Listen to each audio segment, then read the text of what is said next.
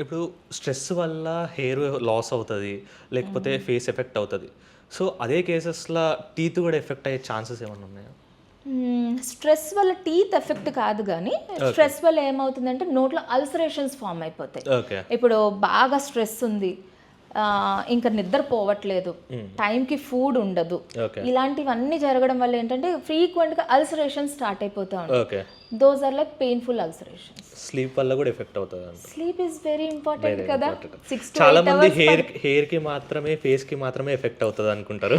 లేదండి, నోట్లో అల్సర్ వచ్చిందంటే అప్పుడు తెలుస్తుంది. ఇట్స్ లైక్ వెరీ పెయిన్ఫుల్, చాలా పెయిన్ఫుల్ ఉంటుంది.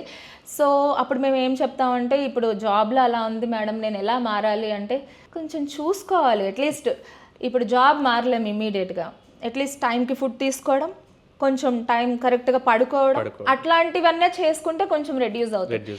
అలాంగ్ విత్ దట్ ఏదైనా మెడికేషన్ సజెస్ట్ చేస్తాం according to the condition, gels అట్లాంటివి. ఇలా స్ట్రెస్లో ఉండడం వల్ల ఏం చేస్తారంటే పళ్ళు నూరేస్తూ ఉంటారనమాట. పళ్ళు నూరడం వల్ల ఏమవుతుందంటే పళ్ళు అరిగిపోతాయి. అలా పళ్ళు అరిగిపోవడం వల్ల టీఎంజేలో ప్రాబ్లం వస్తుంది. స్ట్రెస్లో ఉండడం వల్ల ఓవరాల్ మన టీత్ పోవడంతో పాటు జాయింట్లో కూడా ప్రాబ్లం అనేది వస్తుంది.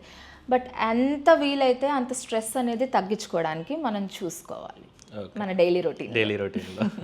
సో ఇప్పుడు మన వెయిట్ లాస్కి టీత్కి ఏమైనా సంబంధం ఉందంటారా? ఉందండి.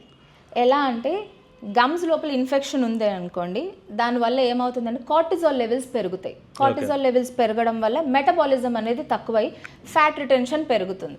అలా పెరగడం వల్ల మనం వెయిట్ లాస్ అవ్వం.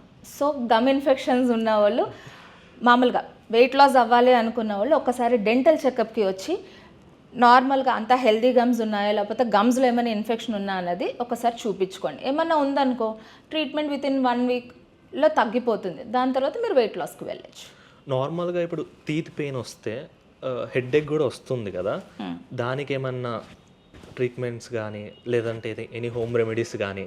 సో టీత్ పెయిన్ వల్ల హెడేక్స్ అనేవి వస్తాయి. కామన్ అంటే అది ఏ పన్ను నుంచి వస్తుంది? మామూలుగా థర్డ్ మోలార్, జ్ఞానదంతాలు అంటారు కదా, జ్ఞానదంతాల నుంచి ఏమైనా ప్రాబ్లం వచ్చిందంటే, ఇప్పుడు అప్పర్ టీత్ వచ్చింది అనుకోండి, దాని హెడ్ వరకు రేడియేట్ అవుతుంది. అది లోవర్ టీత్ అనుకోండి, ఈ జా అంటే వెనకాల ఉంటుంది కదా, ఈ జా అంతా పెయిన్ వస్తుంది. ఇంకా ఎక్కువైతే షోల్డర్ కూడా పెయిన్ వస్తుంది అనమాట. సో అలాంటి దాంట్లో రేడియేటింగ్ అవుతూ ఉంటుంది. దానికి డాక్టర్ దగ్గరికి వస్తే కరెక్ట్గా చెప్తారు. హోమ్ రెమెడీస్ అంటే ఏముంది, ఫస్ట్లో మనం వెళ్ళి ఒక మందు వేసేసుకుంటాం, ఒక టాబ్లెట్ వేసేసుకుంటాం. అది ఒక 3 గంటలు పనిచేస్తుంది, అమ్మ నాకు తగ్గింది అనుకుంటాం. 3 గంటల తర్వాత మళ్ళీ అది వస్తుంది. సో కింద ఇన్ఫెక్షన్ ఉండడం వల్లే పెయిన్ వస్తుంది కదా. ఆ ఇన్ఫెక్షన్ అనేది మనం తీయాలి. అది ఎలా తీయాలి, ఆ పన్ను తీయాలా లేకపోతే పన్నుకి ట్రీట్మెంట్ చేయాలా అనేది డాక్టర్ డిసైడ్ చేస్తారు. సో హోమ్ రెమెడీస్ చేసుకుని దాన్ని పెద్దగా చేసుకోకుండా డాక్టర్ దగ్గరికి వచ్చి ట్రీట్మెంట్ చేయించుకోవడం బెటర్ ఆప్షన్. ఏదన్నా పన్ను తీసేస్తే కూడా హెడ్ఏక్ వచ్చే ఛాన్సెస్ ఏమైనా ఉన్నాయా? లైక్ ఏదన్నా పన్ను తీసేస్తే హెడ్ఏక్ చాలా లాంగ్ ప్రాసెస్లో సస్టైన్ అయ్యే ఛాన్సెస్ ఏమైనా ఉన్నాయా? పన్ను తీస్తే హెడేక్ అనేది ఏమీ రాదండి. It's nowhere related to that. ఇప్పుడు పన్ను నొప్పి వల్ల ఏమవుతుంది అంటే మనకి హెడేక్ రావడము, ఫీవర్ రావడం, చిల్స్ రావడం, ఇదంతా పన్ను నొప్పి వల్ల జరుగుతుంది. ఒక్కసారి ఆ పన్ను తీసేసిన తర్వాత ఇవన్నీ కూడా సబ్సైడ్ అయిపోతాయి.